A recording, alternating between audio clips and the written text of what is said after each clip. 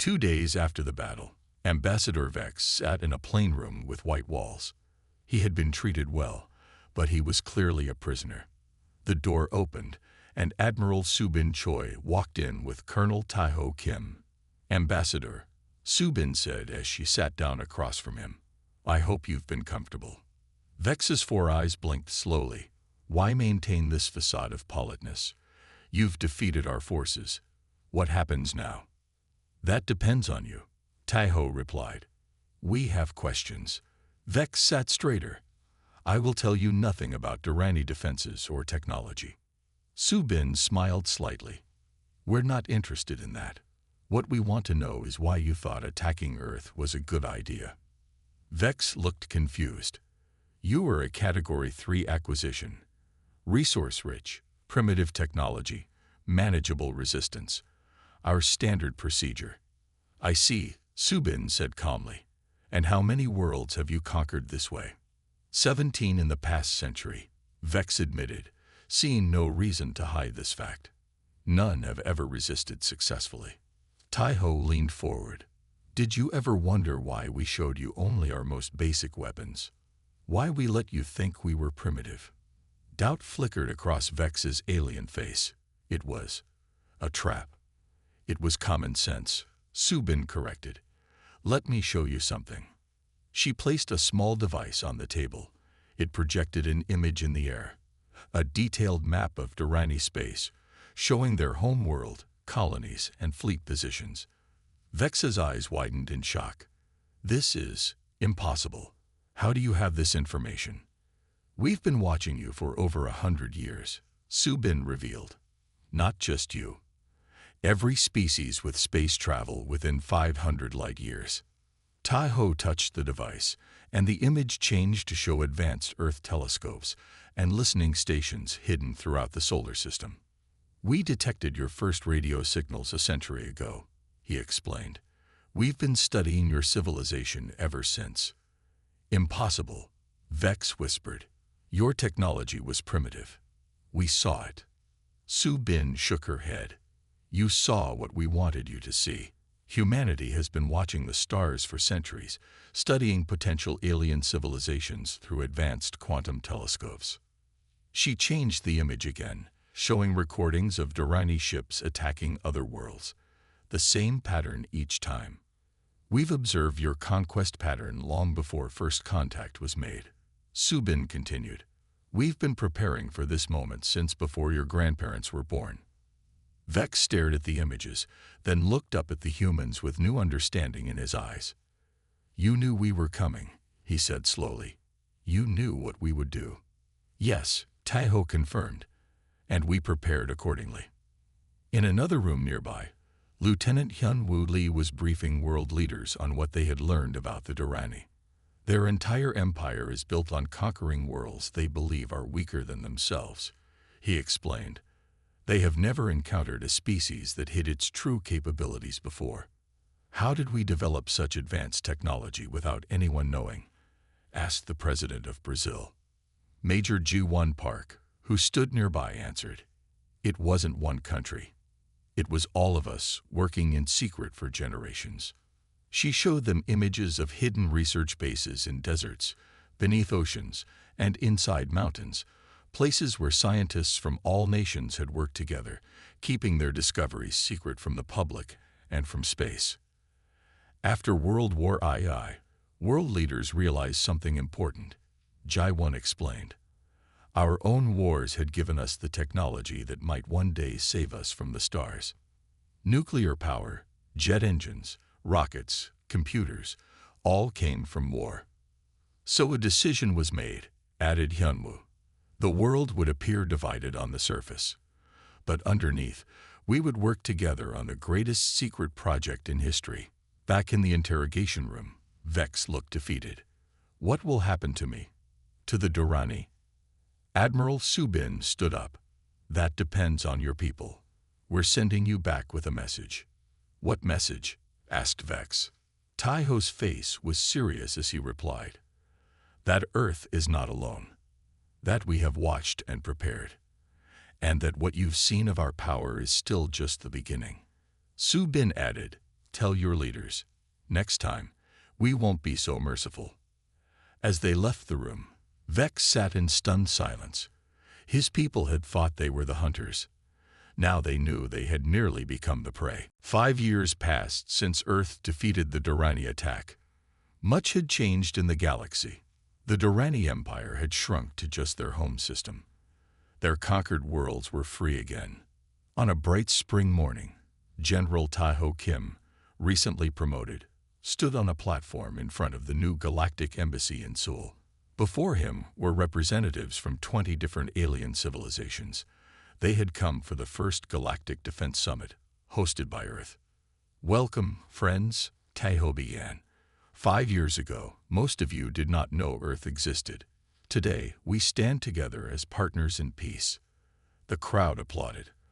Among them were familiar faces: Admiral Subin Choi, Commander Do-hyun Kang, Major Ju-won Park, and Lieutenant Hyun-woo Lee. All had played key roles in Earth's defense and the new galactic order that followed. "Today, we will share some of our defense technology with our trusted allies," Taiho continued, "but not all of it." A murmur went through the crowd. One of the alien representatives raised a hand. "General Kim, we understand your caution," said the representative from Naxos. "But if we are true allies, why keep secrets from each other?" Taiho smiled. "A fair question. Admiral Choi will explain." Subin stepped forward. "The lesson Earth learned long ago, and that saved us from the Durrani, is simple. True security comes not just from having strength, but from having unknown strength." She activated a display showing the history of Earth's military deception. For hundreds of years, nations on Earth kept their best weapons secret, even from their own people. This wasn't just to surprise enemies. It was because the unknown creates caution. Do-hyun joined her on stage. "When the Durrani came, they attacked because they thought they knew exactly what we could do. Had they known our true capabilities, they might never have attacked at all." Jae-won spoke next. "This is the paradox of power. The more you show, the more likely you are to use it. The more you hide, the less likely you'll need to reveal it." Hyun-woo finished the explanation. "Earth will share defensive technology with our allies. We will help you protect your worlds. But we urge each of you to develop your own secret capabilities and keep them secret, even from us." This surprised the visitors. An alien with golden scales stood up. "You advise us to keep secrets from Earth, our greatest ally." "Yes," confirmed Taiho. "That is exactly what we advise." Later that day, in a garden behind the embassy, Taiho spoke privately with leaders from the allied worlds. "What we are proposing is a new protocol," he explained. "Each world maintains 3 levels of defense. The first level is known to all: conventional forces, visible deterrence. The second level is shared only with closest allies. The third level remains completely secret." "The Omega Protocol," said the Naxos leader with understanding. "Yes," Taiho nodded, "but each world's Omega level must remain their own. This creates a galaxy where aggression becomes too risky for anyone to attempt." As the sun set, Taiho found himself standing alone, looking at the stars. Subin joined him. "Do you think it will work?" she asked. "The new protocol? I believe it will," Taiho replied. "Fear of the known can be overcome. Fear of the unknown is much harder to dismiss." "And Earth, will we ever reveal all our capabilities?" Taiho shook his head. "No, that's the point. The true extent of Earth's strength remains unknown, and that is precisely why we have never had to use it all." As other civilizations began to adopt this philosophy, a new era emerged across the stars. Not peace through shared strength, but peace through mystery. Each world maintained their secrets, creating a balance not of power, but of possibility. The Durrani had attacked Earth because they thought they knew what humans could do. They were wrong. Now, no species would make that mistake again. In the vast darkness between the stars, the greatest weapon was not a gun or a ship or a bomb. It was a question mark. Major G1 Park stood tall as the 5 Durrani observers walked around the military base. The aliens moved with smooth steps, their 4 eyes constantly scanning everything. G1 had been chosen to lead this tour because she was calm under pressure. Today, that skill was being tested. "This is our main battle tank," G1 explained, pointing to the heavy vehicle. "It can move at 60 miles per hour and fire shells that can hit targets 15 miles away." The lead Durrani, a military officer named Krez, made a sound like quiet laughter. "Interesting. Very traditional." Ji-1 kept her face neutral.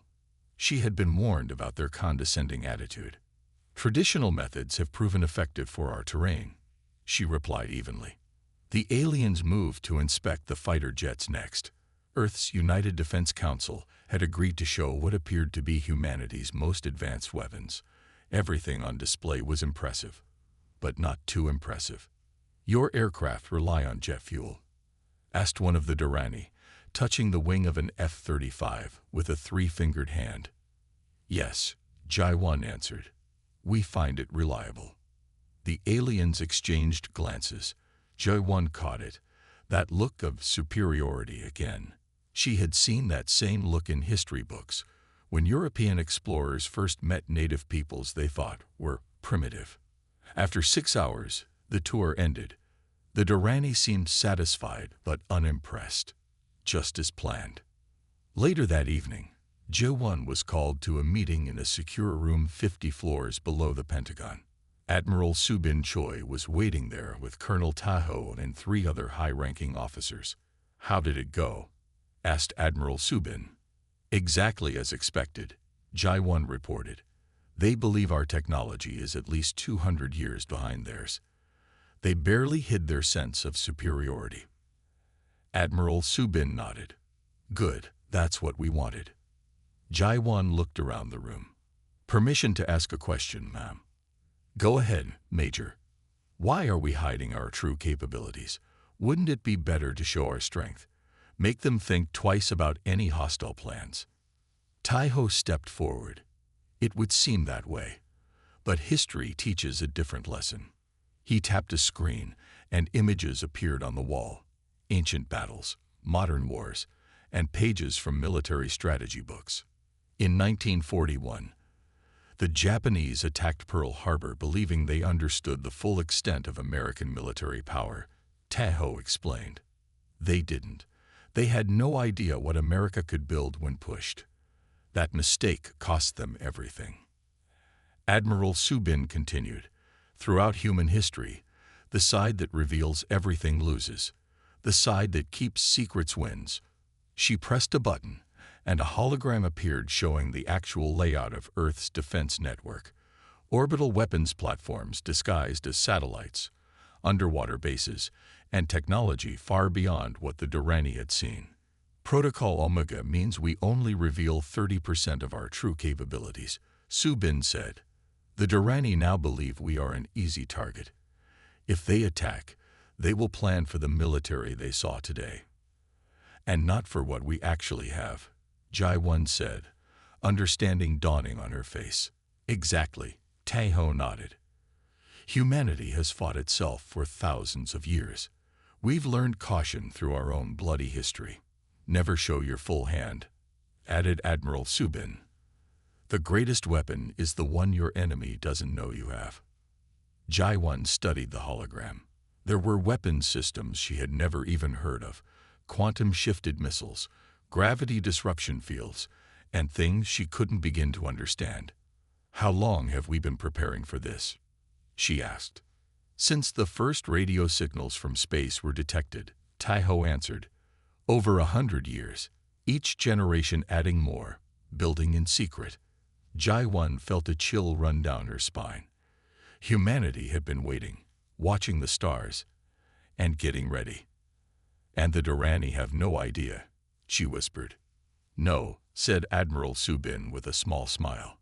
"They think they're dealing with children. Soon, they'll learn they're dealing with wolves in sheep's clothing." As Ji-1 left the meeting, she looked up at the night sky.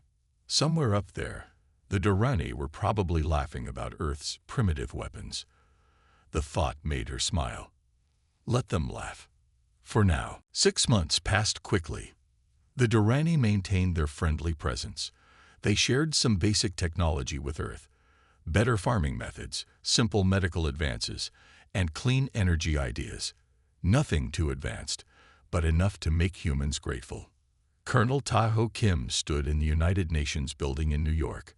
Ambassador Vex was giving a speech about friendship between their worlds. Tae-ho checked his watch. The countdown in his special contact lens showed only 3 minutes remaining. In conclusion, Vex was saying, "The Durrani Collective is proud to welcome Earth as our newest member. Together, we will build a better future for all our peoples." People clapped. World leaders smiled. Only a few, like Tae-ho, knew what was about to happen. His small earpiece buzzed. "Colonel, Durrani fleet is moving. 21 ships now heading toward Earth at high speed. Estimated arrival, 15 minutes. Tae-ho touched his ear. Understood. Inform Admiral Subin. Initiate Phase 1. On the stage, Ambassador Vex's communication device beeped. He looked at it, then back at the audience. His friendly face changed. The smile disappeared. "Thank you for your hospitality, humans," Vex said in a cold voice. "The transition will go smoothly if you cooperate." The room fell silent. The UN Secretary General looked confused. "Transition? What do you mean, Ambassador?" Vex's 4 eyes narrowed. "As of this moment, Earth is under Durrani protection. Your military assets will be placed under our control. Resistance is not advised." Shouts and questions filled the room. The Secretary General stood up. "This is outrageous. We have no such agreement." Vex simply smiled. "You have no choice." Suddenly, the lights went out. When emergency power came on seconds later, Ambassador Vex was speaking into a device on his wrist. "Begin the operation." Around the world, explosions rocked military bases, the ones the Durrani had been shown. Fighter jets fell from the sky. Ships sank in harbors. Tanks stopped working. It was a devastating attack on Earth's visible defenses. On global television channels, Vex's face appeared. "People of Earth, this is a message from the Durrani Collective. Your planet is now under our protection. Your leaders failed to mention that your world has valuable resources we require.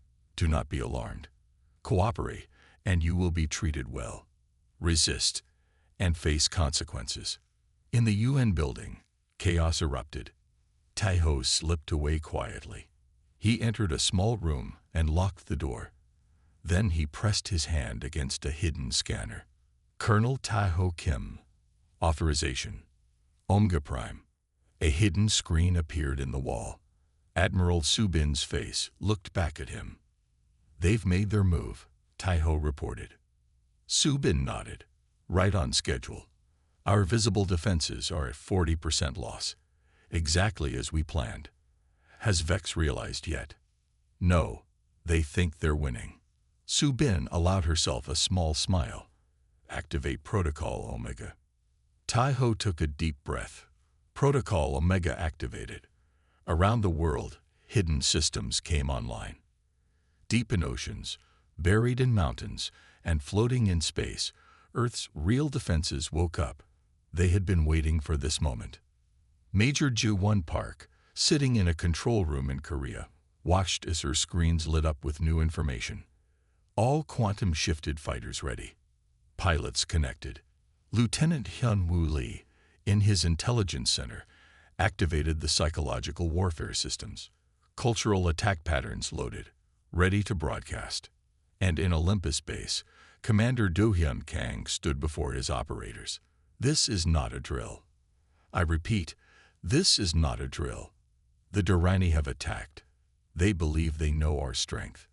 He looked at the screens showing the approaching alien fleet. "Let's show them how wrong they are." In space, the Durrani ships moved closer to Earth, expecting little resistance. They had destroyed what they thought was humanity's best defense. They had no idea what was waiting for them. The real battle was about to begin. Lieutenant Hyunwoo Lee adjusted his uniform and checked his translator one last time. As an intelligence officer, he had been trained to notice small details. Today, that skill would be put to the test. "Remember, you're just a server," Colonel Taho reminded him. "Keep your eyes open and your mouth shut." Hyunwoo nodded. "Yes, sir." The Durrani had invited Earth's top officials to a dinner on their ship. This was Hyunwoo's chance to gather information. He was posing as part of the serving staff. 2 hours later, Hyunwoo stood in the grand dining hall of the Durrani vessel, carrying a tray of drinks. The room was filled with both humans and aliens. Ambassador Vex was speaking with the UN Secretary General, both smiling as if they were old friends. Hyunwoo moved quietly between tables, listening. Most conversations were just formal talk. But when he approached a table of Durrani officers who thought no humans were nearby, he heard something different. "The humans are even more primitive than our report suggested," said one Durrani, speaking in their own language. Thanks to his special earpiece, Hyunwoo could understand them. "A Category 3 acquisition." "Certainly," replied another. "Rich in resources, manageable resistance potential." Hyunwoo's hand tightened on the tray. "Acquisition. Resources." He kept his face blank and moved closer. "Their military is laughable," the first Durrani continued. "Basic projectile weapons, simple aircraft, minimal space presence." "Just like the Tori system," said a third Durrani. "We classified them as Category 3 as well. The conquest took less than a week." Conquest. Hyunwoo's heart raced, but his face remained calm. He moved away slowly, not wanting to draw attention. Throughout the night, he gathered more pieces of the puzzle. When a Durrani officer left a data pad unattended, Hyunwoo managed to copy some files to a tiny device hidden in his watch. When 2 Durrani engineers talked about ship systems, he memorized every word. As the event ended, Hyunwoo slipped away from the serving staff and found an empty corridor. The ship was massive, and he had only a few minutes before he would be missed. He followed the directions memorized from stolen ship plans. 3 left turns and 2 right turns later, he found it, an access terminal. Quickly, he plugged in a small device that looked like a simple pen. It bypassed the security and downloaded information directly from the Durrani computer system. Suddenly, footsteps echoed down the corridor. Hyunwoo pulled out the device and pretended to clean the wall. A Durrani security officer rounded the corner. "Human, why are you here?" "This area is restricted." Hyunwoo bowed his head. "I'm sorry, sir. I got lost looking for the waste disposal unit. The serving area needs cleaning." The Durrani stared at him with all 4 eyes. "Return to your group immediately." "Yes, sir." "Thank you, sir." Hyunwoo hurried away, the stolen data safely hidden.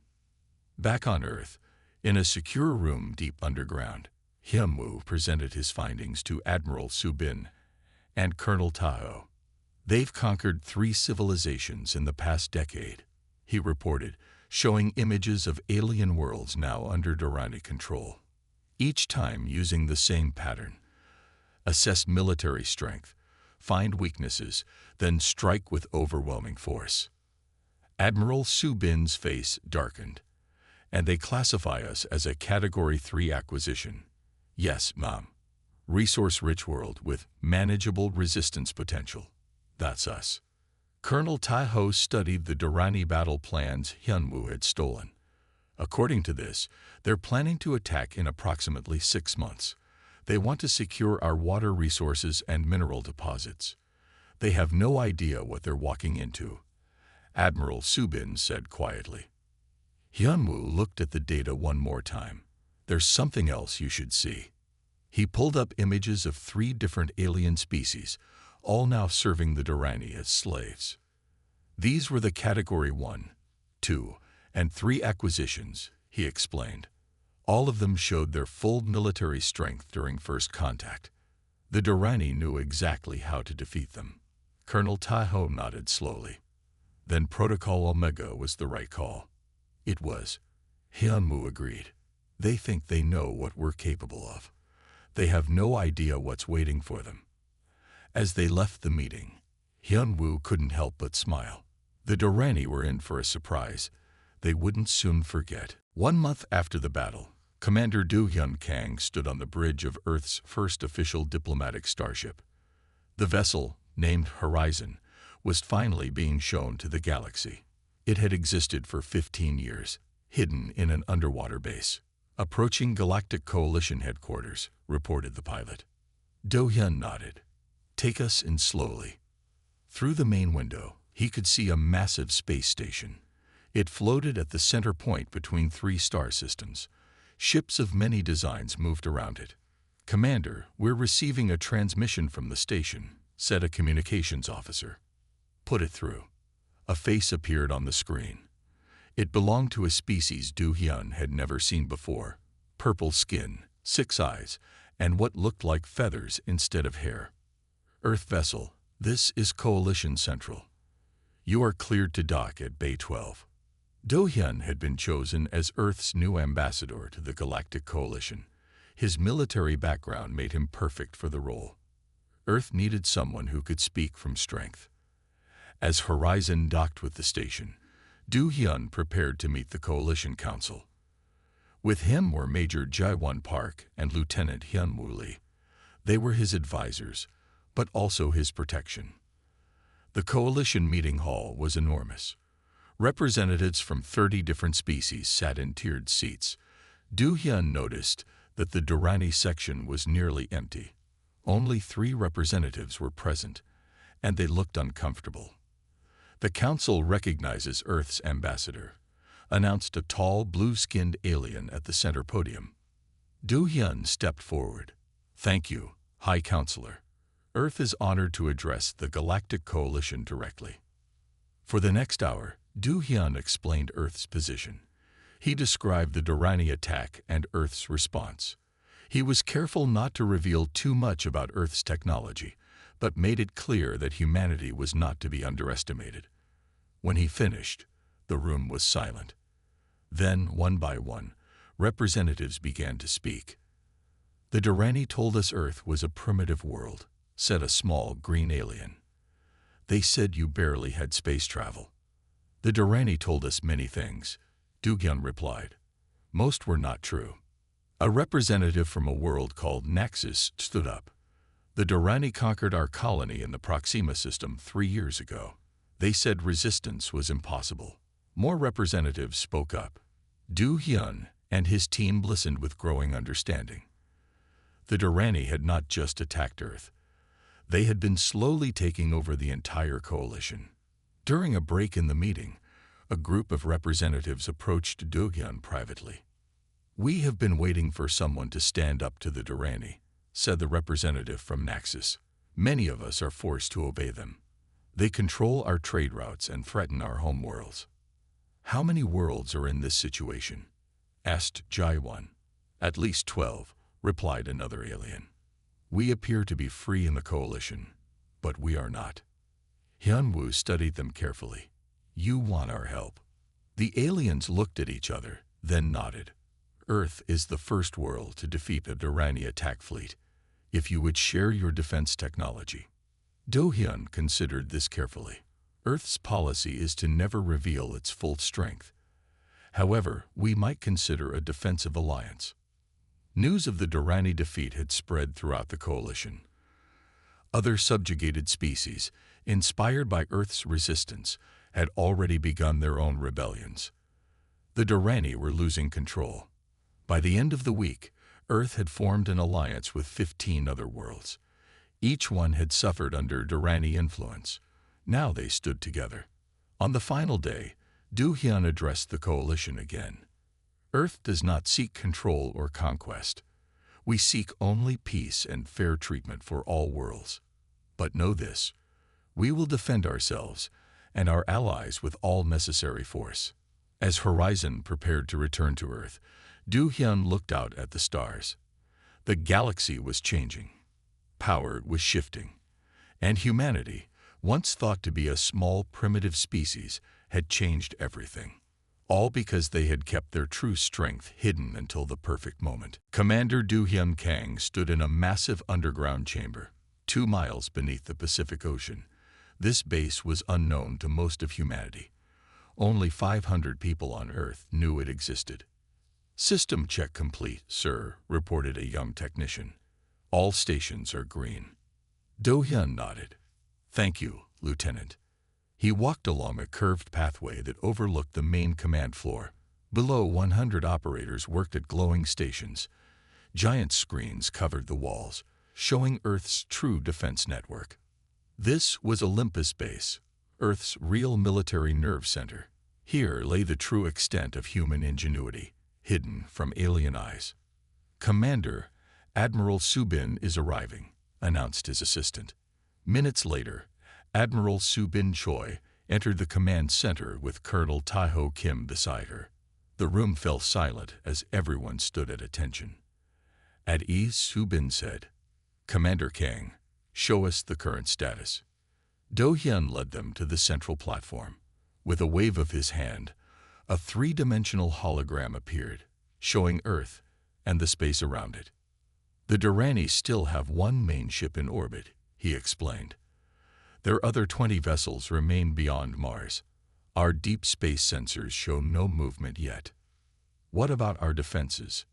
asked Tae-ho. Do Hyun touched a control panel. The hologram changed to show hundreds of small points of light around Earth. "Our quantum-entangled communication systems are operating at 100%. This allows instant communication with no possibility of interception." He pointed to several larger dots in orbit. "These are our defense platforms, disguised as weather satellites. Each one carries 20 antimatter warheads. The Durrani have no idea they exist." Admiral Subin studied the display and the gravity manipulation technology. "Ready," Do Hyun confirmed. "We can create localized gravity fields strong enough to tear their ships apart. The system is invisible until activated." Tae-ho nodded with satisfaction. "What about our greatest advantage?" Do Hyun led them through a secure door into a smaller room. Here, rows of what looked like medical pods lined the walls. In each pod lay a human, eyes closed, connected to machines. "The consciousness transfer combat units," Do Hyun said quietly. "Our best pilots and soldiers, operating remotely with zero risk to human life." He approached one pod where a woman lay perfectly still. "Captain Song has been training in simulation for 3 years. Her mind controls a fighter craft that exists in a quantum state, neither fully here nor there until needed." Admiral Subin placed her hand on the glass pod. "And the Durrani know nothing about this technology." "Nothing," confirmed Du Hyun. "They believe we still put human bodies in our vehicles and ships." Tae-ho looked around the room with pride. 200 years ago, we were killing each other with simple guns. Now look how far we've come. All developed in absolute secrecy, added Du Hyun, even from most of humanity. They returned to the main command center. On the big screen, a countdown timer showed 168 days until the projected Durrani attack. "Are we ready?" asked Admiral Subin. Do Hyun straightened his back. "We've been preparing for this moment for generations. Each war humanity fought against itself taught us lessons. Each technological breakthrough was kept secret for this very purpose." He touched another control, and the hologram expanded to show the entire solar system. "We have defense systems on Mars, Venus, and throughout the asteroid belt. We have weapons the Durrani cannot imagine. And most importantly, they don't know we have them," finished Tae-ho. Admiral Subin's face was serious. "I hope we never have to use any of this. Perhaps the Durrani will change their minds." Do Hyun and Tae-ho exchanged glances. They all knew better. The intelligence was clear. The Durrani were coming. And when they did, humanity would be ready with weapons and technology no alien eyes had ever seen.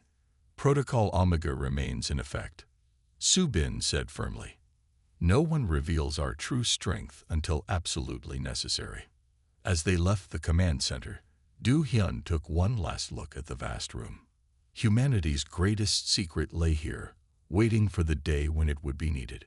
That day was coming soon. Major Ju-won Park sat in her control pod. Her body was in Olympus base, but her mind controlled a fighter craft in orbit. She felt the ship as if it were her own body. Around her, 50 other pilots connected to their ships the same way. All pilots, this is Major Park, she said calmly. Remember your training. The Durrani don't know we exist. Let's keep it that way until the last possible moment. Her squadron of quantum-shifted fighters waited in a hidden state. They were both there and not there at the same time. The Durrani sensors could not detect them.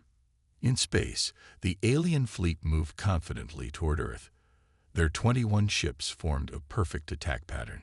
On their main command ship, Admiral Zor of the Durrani forces watched with satisfaction as reports came in.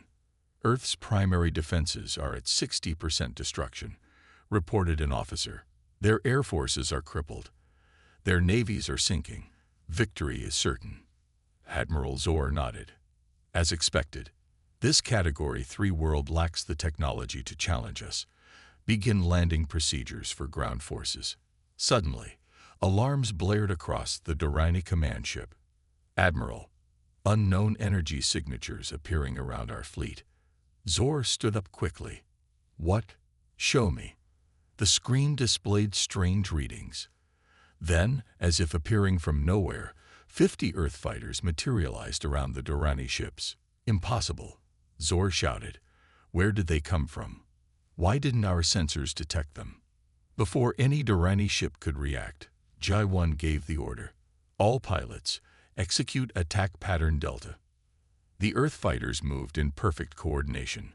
They seemed to blink in and out of existence, making them nearly impossible to target.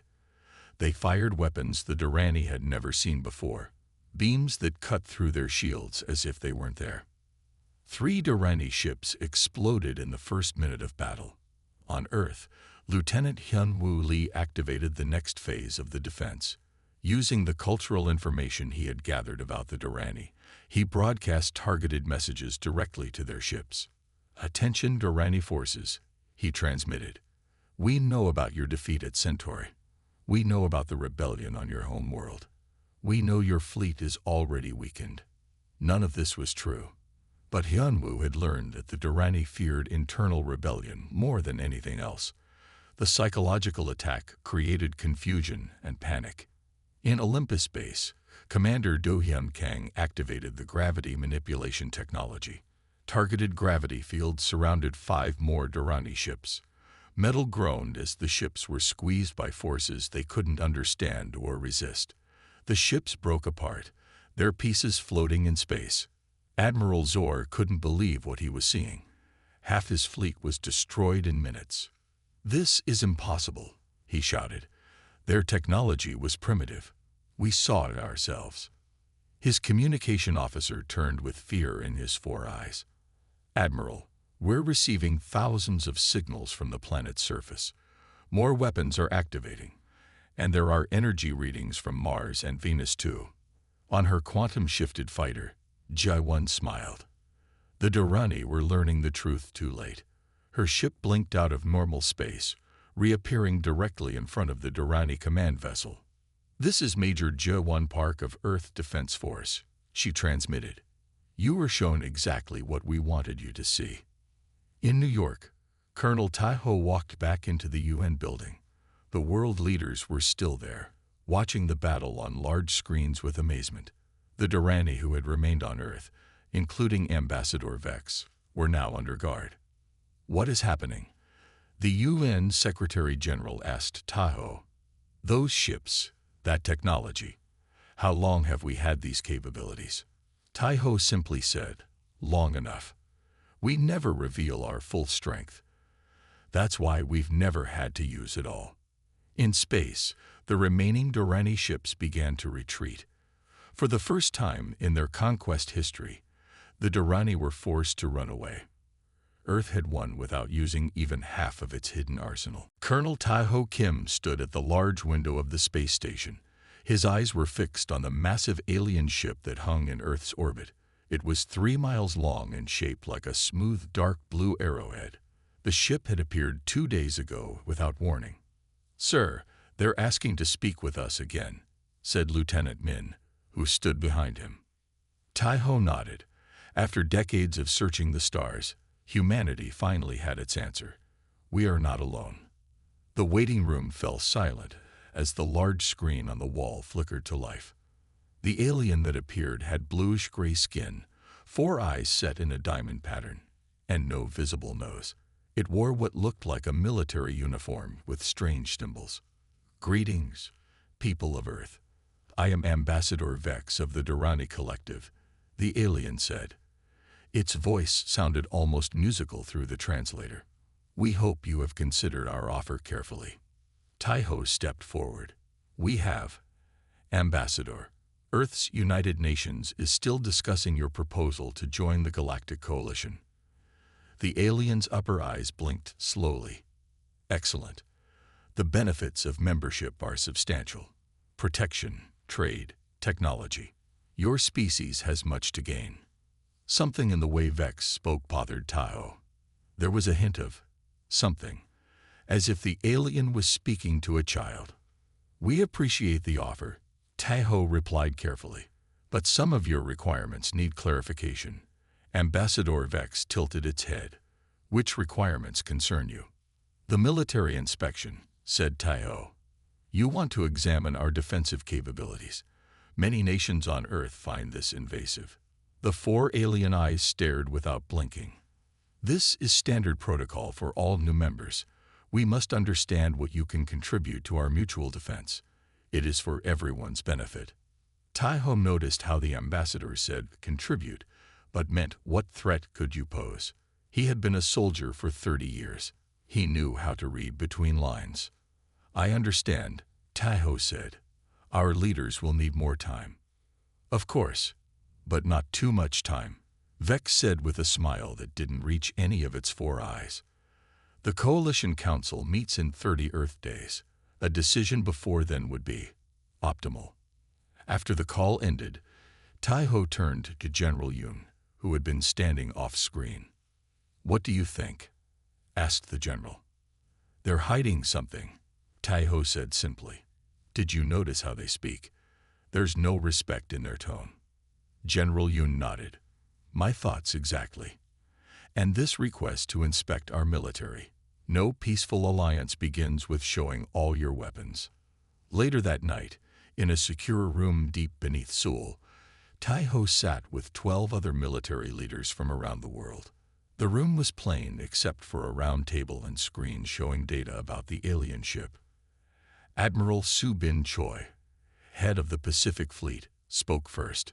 "Our deep space telescopes have detected 20 more ships just like this one, waiting beyond Mars. They didn't come alone." The room grew tense. Colonel Wei from China leaned forward. "So this is not just a diplomatic mission?" "I don't believe so," said Tai-ho. "Their interest in our military capacity feels like threat assessment, not alliance building." General Santos from Brazil tapped her fingers on the table. "If they wanted to destroy us, they could have done it already. They must want something else." "Resources," perhaps, suggested General Mueller from Germany. "Or territory." Tai-ho looked at each person around the table. "Whatever they want, I suggest we proceed with caution.